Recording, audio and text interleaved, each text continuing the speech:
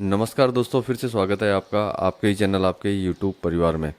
आज नेपाल के ऊपर चर्चा करेंगे क्योंकि नेपाल के अंदर बड़ी इलायची की सिचुएशन क्या चल रही है, वहाँ के मतलब भाव क्या चल रहे हैं। इसके अलावा जो सिचुएशन का मतलब कितनी क्वांटिटी के करीब वहाँ होगी या माल मिल रहा है कि नहीं मिल रहा है, क्योंकि बहुत लोग जो है इसके अंदर कंफ्यूज है कि नेपाल के अंदर भाव क्या है और किस तरीके से माल की अराइवल नेपाल के अंदर चल रही है।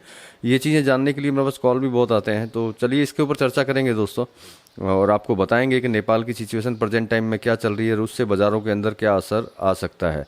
लेकिन दोस्तों, चैनल पर नए हैं तो वीडियो को लाइक और चैनल को सब्सक्राइब करना मत भूलिएगा, और लगता हो शेयर का लाइक है तो शेयर ज़रूर कर दीजिएगा। अब सबसे पहले अराइवल की बात कर लेते हैं कि नेपाल में जो है इलायची की अराइवल किस मतलब तरीके से चल रही है।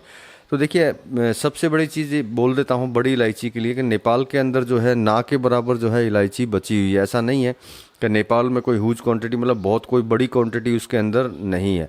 और कुछ माल जो है व्यापारियों के पास है और कुछ माल जो है किसानों के पास है। तो मतलब कि ना तो किसान तो देखिए वैसे भी माल निकालना ही नहीं चाहता है, क्योंकि वो तो ये चाहता है कि आने वाले सीजन से पहले वो है अपने माल को निकाले, उससे पहले वो माल निकालना ही नहीं चाहता। अब अगर व्यापारियों की अगर बात करते हैं तो व्यापारी को देखिए वैसे भी सब कुछ पता होता है कि अपने इंडिया के भाव क्या चल रहे हैं या फिर नेपाल के क्या भाव चल रहे हैं, उसकी सारी की सारी उनको जानकारी रहती है। तो उस जानकारी के हिसाब से वो भी अब जो है थोड़ा सा उन्होंने दबाव बना लिया है। मतलब ये समझ सकते हैं कि माल निकालने की इच्छा जो है उनकी कम हो चुकी है। मतलब कि नेपाल से जो है, चाहे वो किसान हो चाहे वो व्यापारी हो, दोनों साइड से जो है माल निकलने की जो चांसेज हैं वो बहुत कम होते जा रहे हैं। क्योंकि कारण है कि सभी लोगों का जो टारगेट है वो ऊपर की तरफ जाना चालू हो चुका है। मतलब जो वो टारगेट जो शायद आपने भी अपने दिमाग में लेके नहीं रखा होगा कि क्या टारगेट जो है किसानों ने स्पेशली लेकर रखा है। व्यापारी तो फिर भी क्या होता है कि आज मैं उससे अगर रेगुलर माल लेता हूँ और मैं चला जाऊँगा तो शायद वो अपने टारगेट को ना देखते हुए मुझे देख करके जो है ऊपर नीचे करके माल दे देगा। लेकिन किसानों ने जो टारगेट अपना बनाया है वो मतलब आप सोच भी नहीं सकते हैं कि किस तरह का टारगेट जो है उन्होंने बना लिया है। अब उनके अगर टारगेट की अगर हम लोग बात करते हैं कि भाई किसान ने एक लमसम क्या टारगेट बनाया होगा, जो टारगेट लेकर के वो चल रहे हैं और उस टारगेट के ऊपर वो आगे काम करना चाहते हैं, तो उनका टारगेट जो है 1 लाख अबाऊ है। मतलब 1 लाख से ऊपर अगर उनको कोई माल मिलता है तो ही वो जो है माल देना पसंद करेंगे। और ऐसा नहीं है कि 1 लाख का टारगेट तो उन्होंने लिया है और जो भारतीय किसान जो हैं, जो इंडियन फार्मर्स जो है बड़ी इलायची के, उनका भी टारगेट जो है 1500 से ऊपर का समथिंग होने जा रहा है। मतलब यूँ समझ लीजिए कि जो थोड़ा बहुत माल बचा हुआ है वो बचा करके जो हर किसान रखता है अपने लिए, वो समझ सकते हैं चाहे वो मजबूरी में रखता हो या फिर फ़ायदा लेने के लिए रखता हो, तो इस समय के अंदर जो है किसानों ने माल लेके रखा हुआ है। तो वो जो है मतलब उस साइड में भी 1500 के करीब हो गया और इस साइड में भी 1500 के करीब हो गया। तो मतलब कि किसानों का जो टारगेट है वो यही है। अब देखिए, व्यापारी है तो वो ऊपर नीचे करके दे सकता है, लेकिन किसान जो है देना नहीं चाहता। अब नेपाल में माल की अगर बात करते हैं खरीदारी की, मान लीजिए कि कई लोग ऐसा भी बोलते हैं कि नेपाल में तो माल बहुत ज़बरदस्त मिल रहा है, आप जो है फालतू की बात करते हैं। तो मैं उनको बोल देता हूँ जो इस तरह की बातें करते हैं कि वहाँ बहुत सारा माल मिल रहा है, तो वहाँ आप जाकर के 20 बोरी से ज़्यादा जो है माल खरीद करके देख लीजिए, आपको पता चल जाएगा। अगर आप बोलेंगे कि हमें 100 बोरी चाहिए तो आपको मिलती है या फिर नहीं मिलती है। और जिनको ऐसा लगता हो नेपाल ओपन है, मेरा नहीं है, नेपाल कोई भी आ सकता है, कोई भी जा सकता है, किसी पासपोर्ट या वीज़ा की भी ज़रूरत नहीं है वहाँ पे। आप जाके ट्राई करेंगे तो आपको भी पता चल जाएगा कि 20 बोरी से ज़्यादा जो है माल वहाँ नहीं मिलने वाला आपको। और रही रेट की बात, जो मैंने आपको बताई दी है कि जो रेट आज की जो मतलब उनकी जो डिमांड है वो तो 1 लाख से ऊपर की है, लेकिन आज के भाव की अगर बात करते हैं तो मैं यूँ समझ सकते हैं 92,000 से लेकर के 93,500 के करीब में वहाँ का भाव है, जिसमें थोड़ा बहुत काम हो रहा है। जैसे 2 बैग 4 बैग 5 बैग का जो काम होता है वही काम हो रहा है। मतलब 93,500 तक का जो है क्राइटेरिया वहाँ चल रहा है। इससे ऊपर जाने के चांसेस नो डाउट हैं, क्योंकि कारण है कि प्रेजेंट टाइम के अंदर जो है नेपाल में सिर्फ भाव है, माल नहीं है। मतलब आज की डेट में भी अगर आप नेपाल के व्यापारी से बात करेंगे तो भाव वो आपको ज़रूर देगा, क्योंकि वो उसका फ़र्ज़ बनता है कि वो आपको भाव दे। लेकिन भाव के साथ में जो है माल आपको नहीं मिलने वाला। सिर्फ एक छोटी सी क्वांटिटी आपको मिल सकती है, बड़ी क्वांटिटी उसके अंदर आपको नहीं मिलने वाली। क्योंकि थोड़ी बहुत क्वांटिटी लेने से मुझे पता है कि नॉर्मल व्यापारी का कुछ होता नहीं है, 10-20 बैग से भी उसका कुछ होता नहीं है।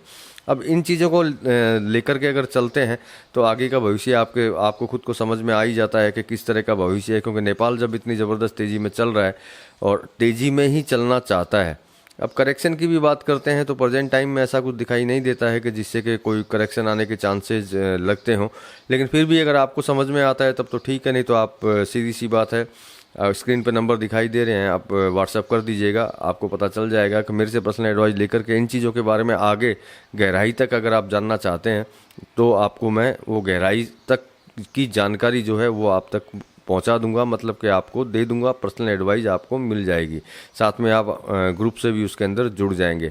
तो मतलब कि मेन तात्पर्य, मेन कारण इस चीज़ का, मेन बात इस चीज़ की यही होगी है कि प्रेजेंट टाइम को देखते हुए, नेपाल को देखते हुए अपने को आगे तेज़ी देखने को इसके अंदर मिलेगी।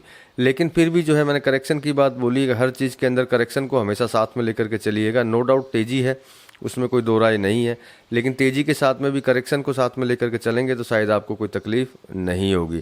बाकी जो है आप अपने हिसाब से, अपने विचार से आप माल लेना और ख़रीदना कर सकते हैं, लेना या देना जो भी है कर सकते हैं, उसमें कोई दिक्कत नहीं है।